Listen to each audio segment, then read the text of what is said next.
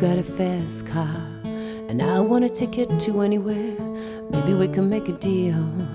Maybe together we can get somewhere. Any place is better. Starting from zero, got nothing to lose. Maybe we'll make something. Me, myself, I got nothing to prove.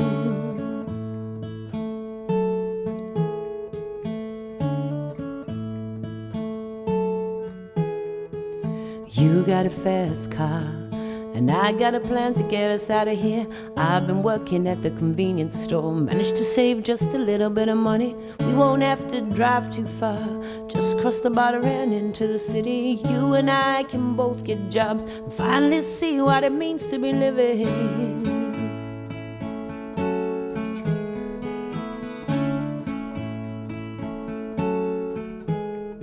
See, my old man's got a problem. He live with the bottle, that's the way it is. He says his body's too old for working. I say his body's too young to look like his. Mama went off and left him. She wanted more from life than he could give. I said someone's gotta take care of him. So I quit school and that's what I did.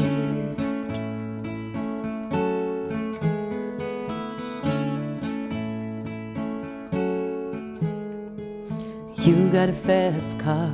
Is it fast enough that we can fly away? We gotta make a decision. We leave tonight or live and die this way.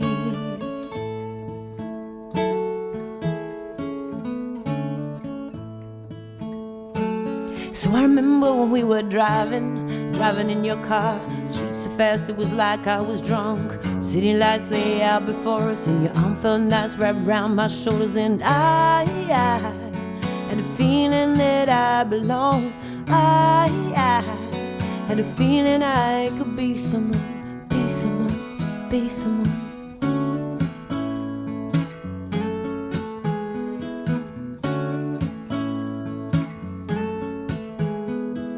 You got a fast car, and we could go cruising to entertain ourselves. You still ain't got a job, and I work in the market as a checkout girl. I know things will get better.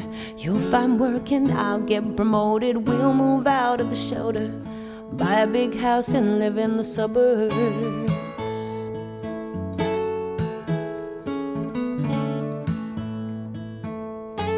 So I remember when we were driving in your car. Speed so fast it was like I was drunk.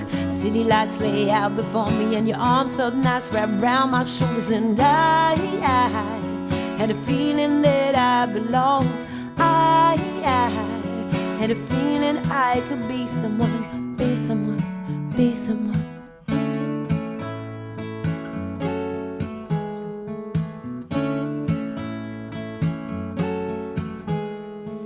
You got a fast car, and I got a job that pays all our bills. You stay out late drinking at the bar, see more of your friends than you do of your kids. I'd always hope for better, but maybe together you and me'd find it. I got no plans, ain't going nowhere, so take your fast car and keep on driving.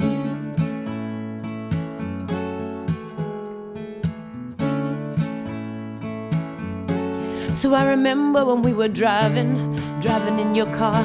Speed so fast it was like I was drunk. City lights lay out before me, and your arms felt nice wrapped around my shoulders. And I had a feeling that I belong. I had a feeling I could be someone, be someone, be someone.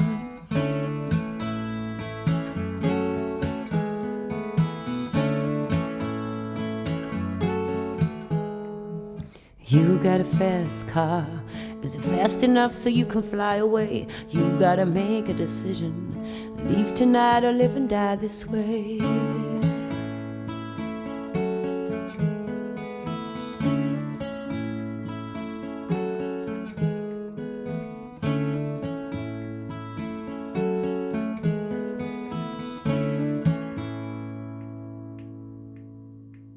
Hello, how are you doing? Okay, let's do Fast Car, Tracy Chapman, this incredibly iconic, awesome track.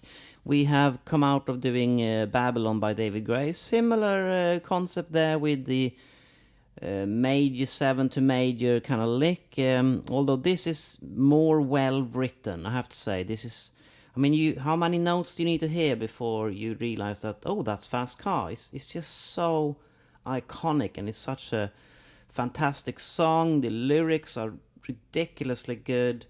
This is Tracy Chapman's masterpiece, easily.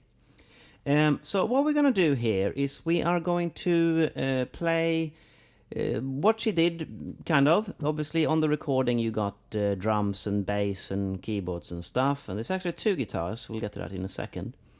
But there's this fingerstyle main bit, which obviously everybody wants to learn, and that's what you need to play if you play this song. So we're going to do that today. We're going to look at 3 different examples of how to play the verse, because without the bass and the drums and stuff, we need to fill in a little bit more, because there's nothing there to back us up. This is obviously not a one guitar.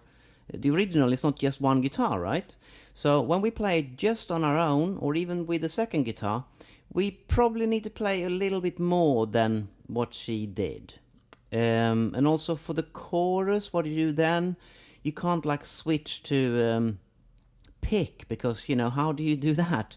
I think the only way to switch between fingerstyle and pick is probably to put the pick in your mouth, and if you're singing, that's going to be very complicated. So what I've done is I've done a chorus which is fingerstyle as well for the first guitar. That's obviously not on the recording, there's strumming there.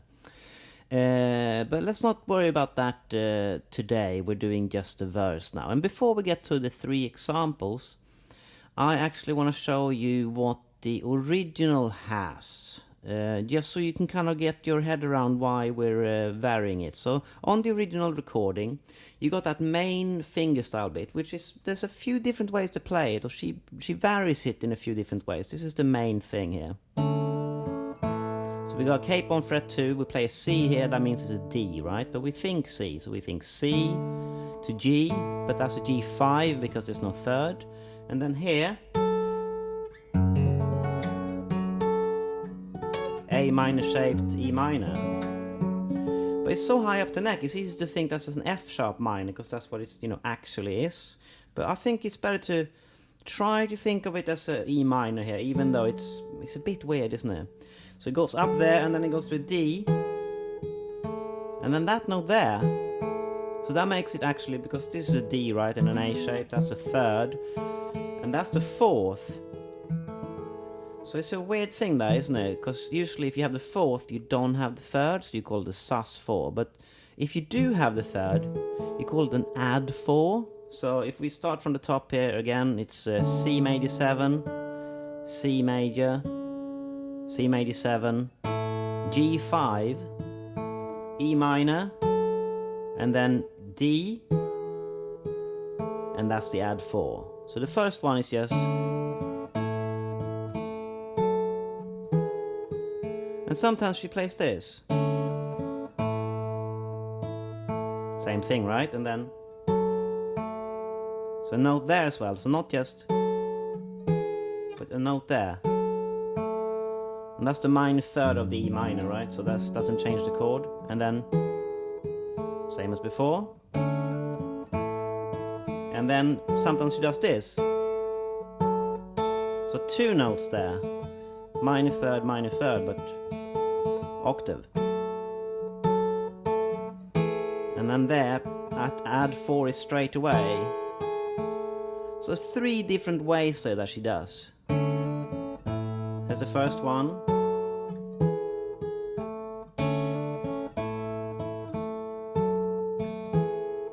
Second one. Third one. And then there's a variation in the intro as well, which is this.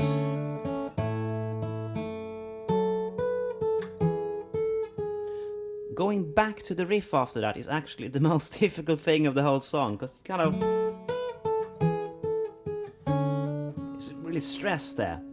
That's what I found the most difficult actually, and you kind of cut this ringing.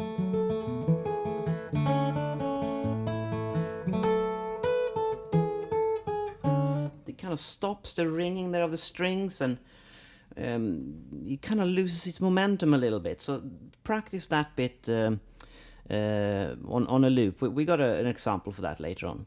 So yeah, that's what she does, right? And then the second guitar, which is present throughout. This is what it does.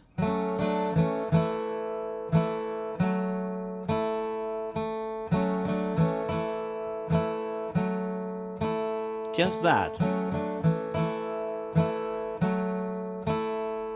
So that's a C major 7 to C to G to G5.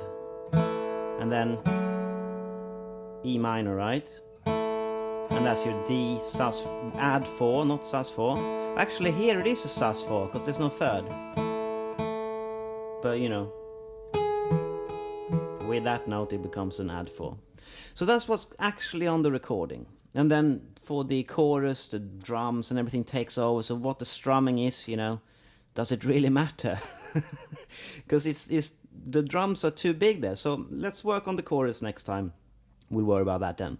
Okay, so instead of doing what is going on the recording there and just copy that and play that all the way throughout, what I've done is I've developed a bunch of verse parts which take this like filling the part out even further because there's no drums and bass, I said, or keyboards.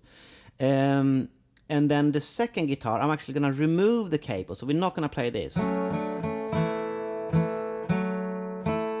I just thought I'd show you that because, you know, it's good to know, isn't it? That's what's on the recording. But we're going to take the capo away and we're going to play all over the neck and like discover how to find this major 7, the D add 4, and how to find that in lots of different places. And you learn loads from doing that rather than just playing this super simple part, you know.